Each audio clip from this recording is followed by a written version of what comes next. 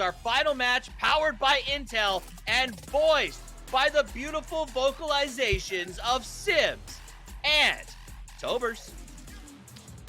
Thank you very much. Yes, indeed, it's the final game. This is it. It's not the final game of the weekend, but it's the final game of Saturday. Teams are now going to be setting themselves up for the best potential spot leading into Championship Sunday.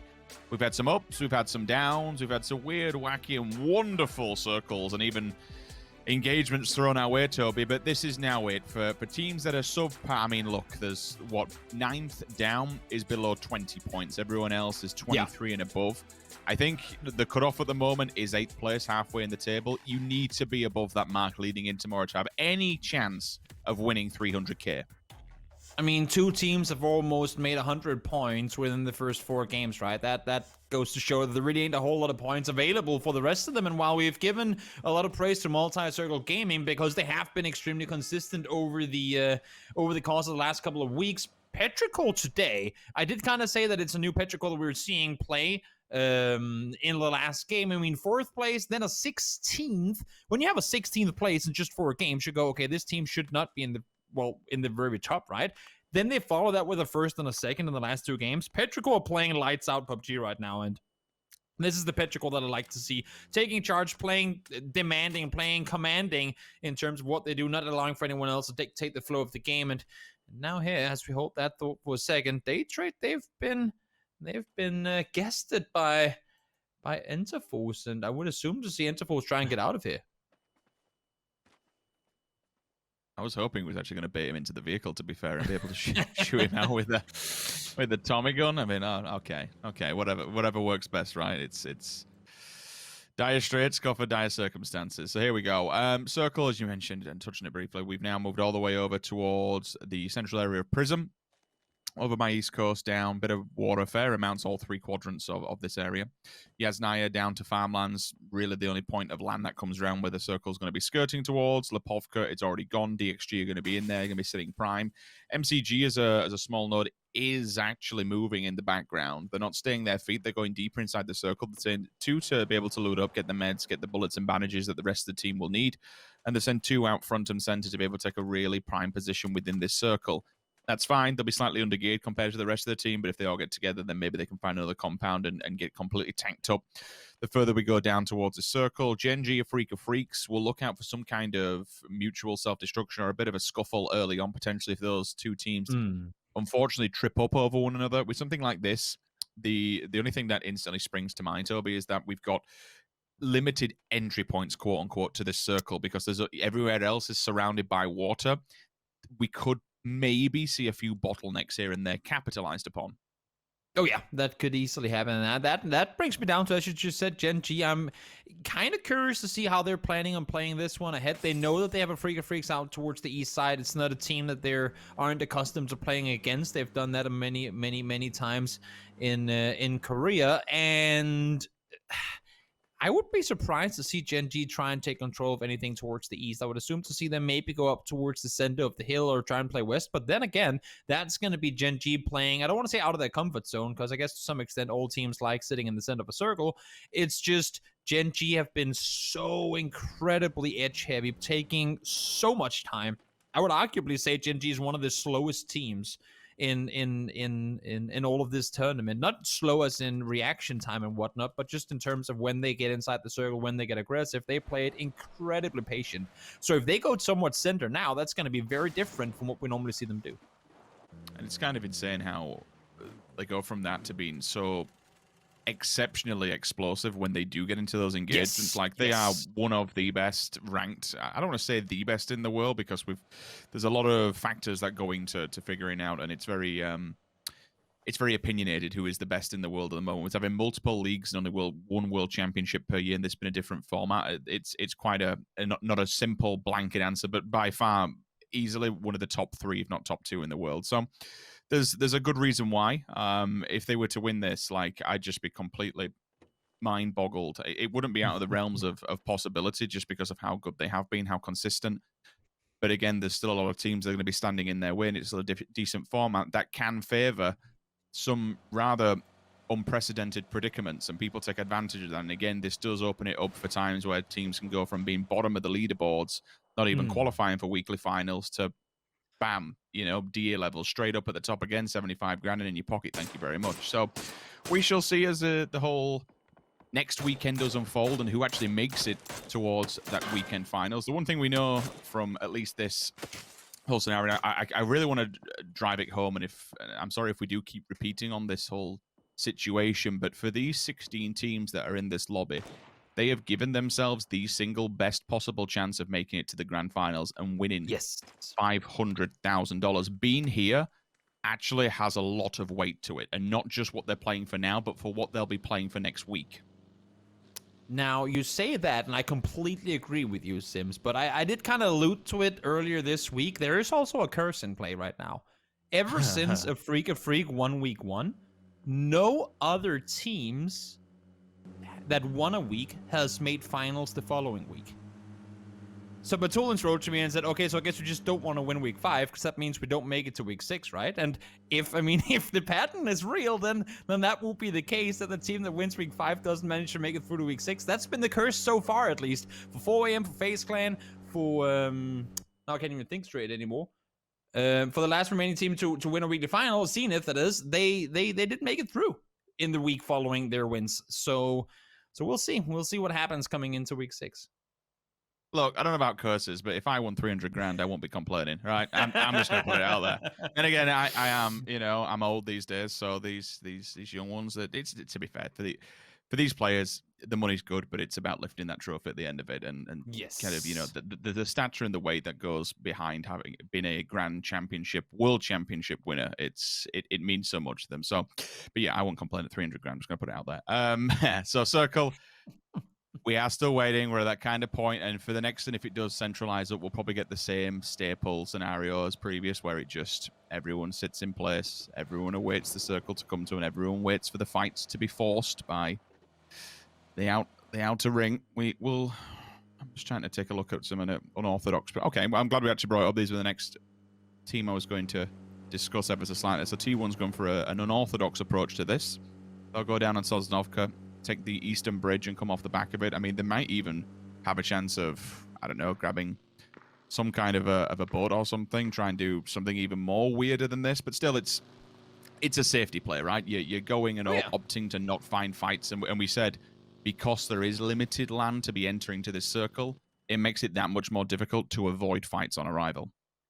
I mean, I think this is a very smart play by T1, and the only team they could be fearing is the team we saw just before, because if there's a team that's become somewhat famous for their bridge camps and fun holds, that would be Infantry in the early game, but even for Infantry, it would be very surprising to see them sit anywhere near this bridge at this point in the game. So a smart read by T1 to not risk going through the farm area and potentially stumble into traffic there by just saying, you know what, we'll just wrap even further around. We'll go down towards the south, we'll take the bridge, have a chance to scout and over, and then once the new cycle pops, we'll play accordingly there. The only thing is now, and that's, I mean, I talked about the 1 minute added in phase 1 earlier.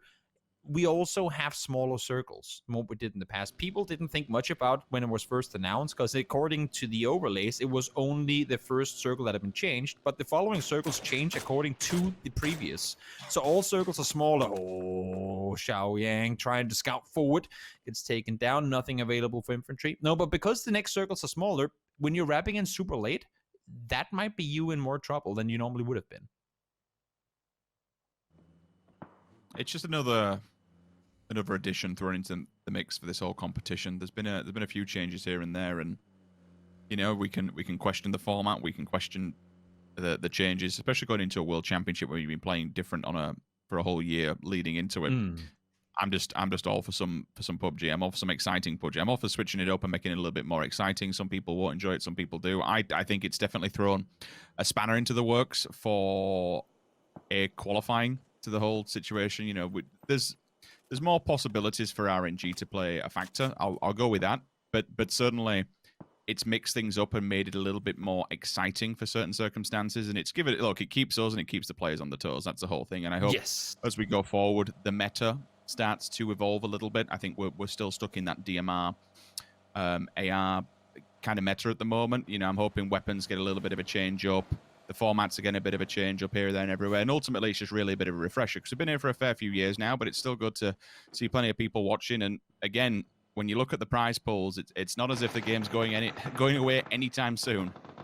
No, true. It's only going one way, and that's forward, and thank God for that, because this is as good as we get anything. Let's see now, Meta trying to catch a Freak of Freaks off. Oop, that's a clip tire. So that one there tries to reload, not gonna happen, and now they make the full-on pull-up. Silson, full speed forward, takes down Ancia, and I looked to a Freaker earlier, I said, okay, there's your East Circle, here's maybe something you can make of it, and still, now they get caught off trying to rotate out, losing one early.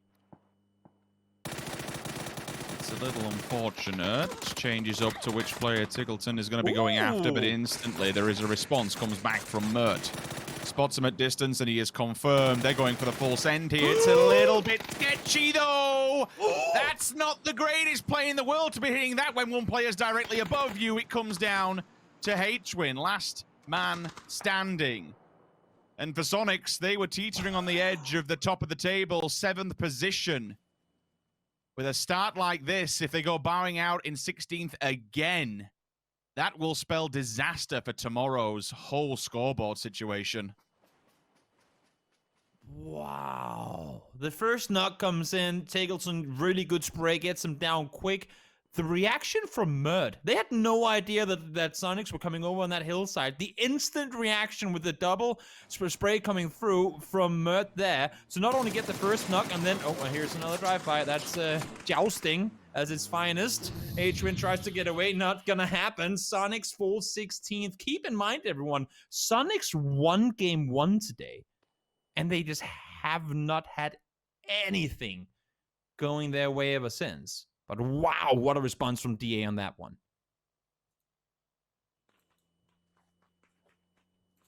Let's go with the information that we have a full team lurking in the distance. Bang Chip steps up and able to knock Ionix. We do have a code on the left-hand side, so grab it while you can. I don't want to divert too much attention from what's about to unfold, because if T1 decide to jump into this whole powder keg is about to go up. Dang Chip is now responded on. Pio, absolute blinder of a shot. The repeak, will it come through? Ada's certainly aware that it's not out of the realms of possibility, so we'll dip down below for now.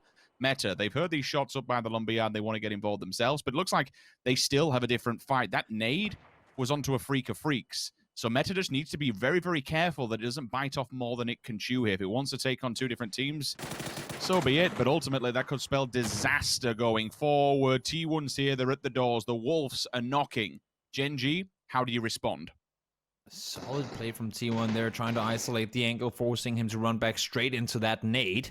We'll see now, Pio, you're on your own. Does he have a helmet? Yes, he does. Trying to see if he can stay put here. Good nade here, could do damage, and a lot of it towards T1, but Pio forced to back off down the hill. Him and Loki all alone now, and I honestly don't think there's too much they can do here. Yes, you have a chance to go in and maybe get a kill or 2, but back off and try and wait and see this next circle. If you can wrap back north now, if you can get out, which you will have to, try and position yourself down towards the east side of prison and maybe hold them out from there, because right now, pushing into this, you are going to be at a disadvantage once, as long as they have the hard cover.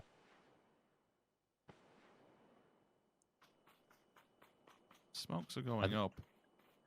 Are they leaving Esther open? T1 knows they have Esther knocked down here. They know they have him knocked down here, but they're leaving him open for now. Maybe it's a bait, I'm not sure. We'll see. Yeah, we're trying to make head and tail of it, which we're going to unfold. I don't think he's resable at that point. And again, like you say, it's just kind of used as bait. If he does come in for the res and tries to get it, then we'd anticipate that Genji will fall. MCG kind of stopped in the tracks, and maybe they were vying towards the sandbag ditches. Doesn't come through as DXG do jump in directly in front of them. They've not accounted for Pio around the corner. The first one's there. They are wrapping around him. It's a valiant attempt, but it's instantly shut down. Loki, last man standing here for Genji to try and hold the mantle. A ticked, it's a little bit more to the right, rather, unfortunately, but he gets one. Bang, Star-Lord in the face. Nade, going to be a low ball.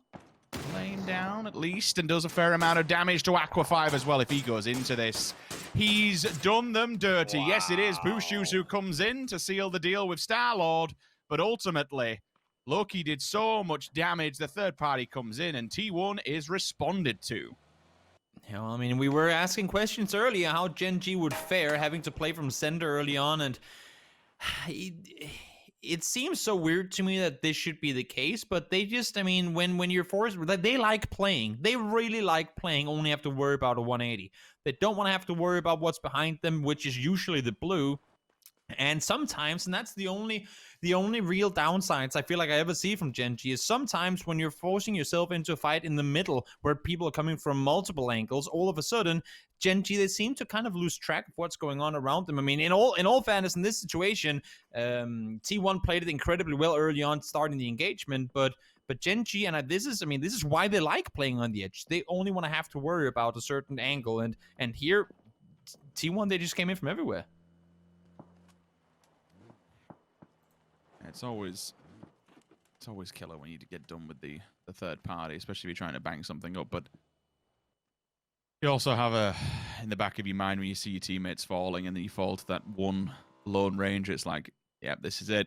We're all dying now. I've lost the 3v1, and you just completely bottle it. It happens more times than it should, and it just comes down to pressure, just cracking under it. And because you know it's like do or die, you're going to be the last one remaining for your teammates. Nevertheless, they do go down to T1, and Gen G at least carries on for now. Circle, pops. Where are we going to? A little bit down towards the south. Prison still within, so Day Trade, if they really wanted to, could play the left-hand side of it. The problem is they would have to go up against DA. They're holding down low near the road. They'll have control of the Harry Potter Tower as well.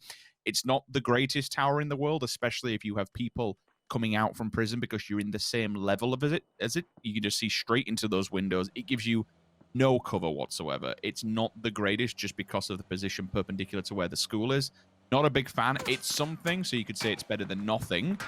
Loki's just driving in. Day Trade comes flying over and goes flying out.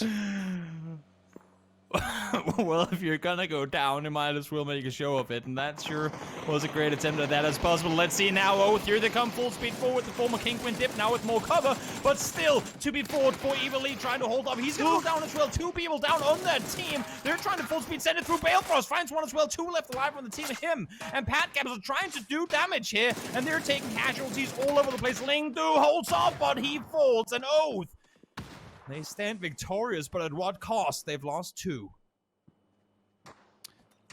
If you're Petrichor or VP, you see that, you say, okay, well, it's a small opportunity to maybe get closer to the top of the spot here. The top is open. No. Next team comes in and crushes Pack Caps. Pure Boy just runs him over. Balefrost, do they know? They know? Do they know? I don't think so. Satsu's not, he's not looking.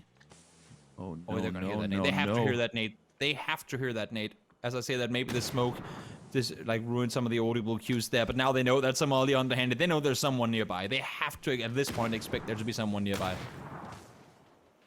I don't think Balefrost has any idea how close he's getting with these nades. If he can just, if he finds one blind nade, like, I'll be impressed, and then he can just push out from there. It's that was the chance to do it, you know, get a blind nade and be able to then move forward. Yeah. Now I think that just because they're all set up and he's got no utility to really do anything, they can wait for these smokes to dissipate and then mopping up once he's in clear vision. Pure Boy's got another one, so maybe just lob it in there and hope for the best. Up and over we go. Oh, okay. The level 2 Western Proning keeps him alive.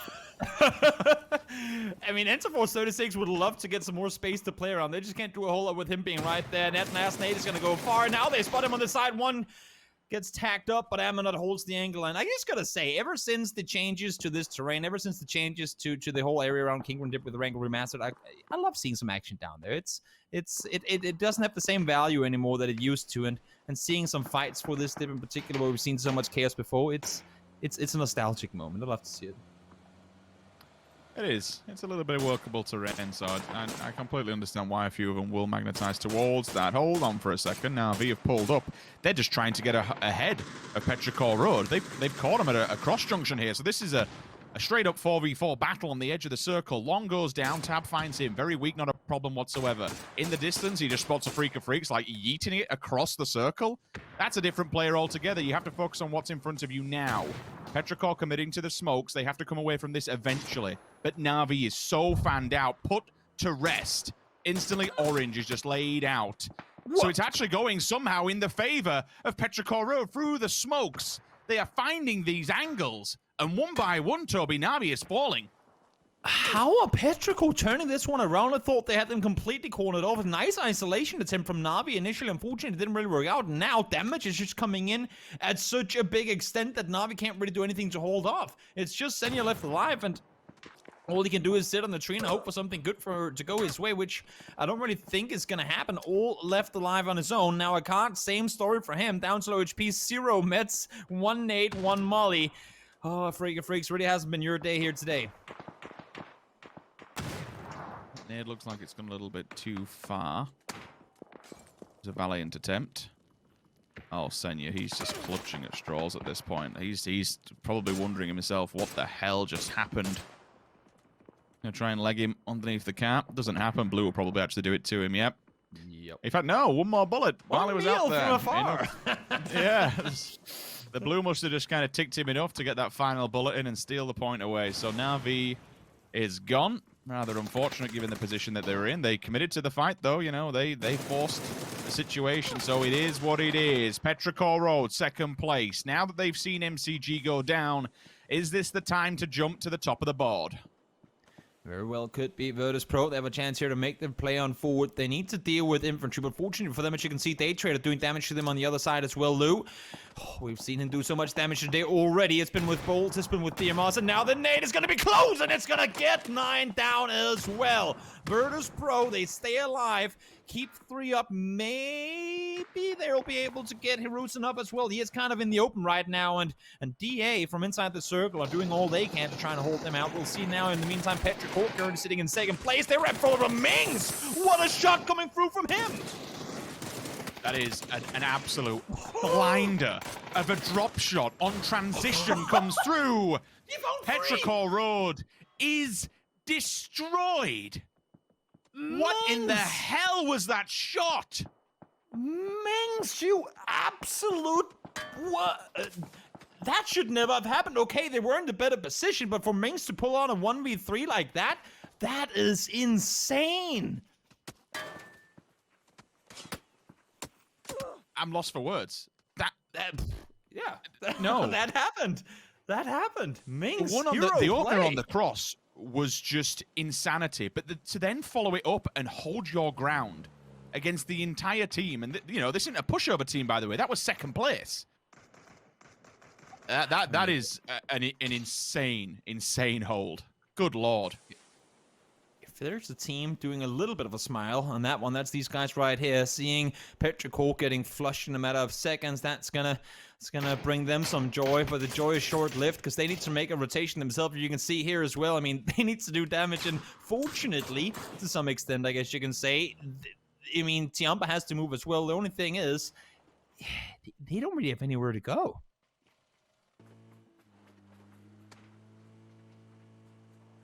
Yeah, it's a bit rough, isn't it?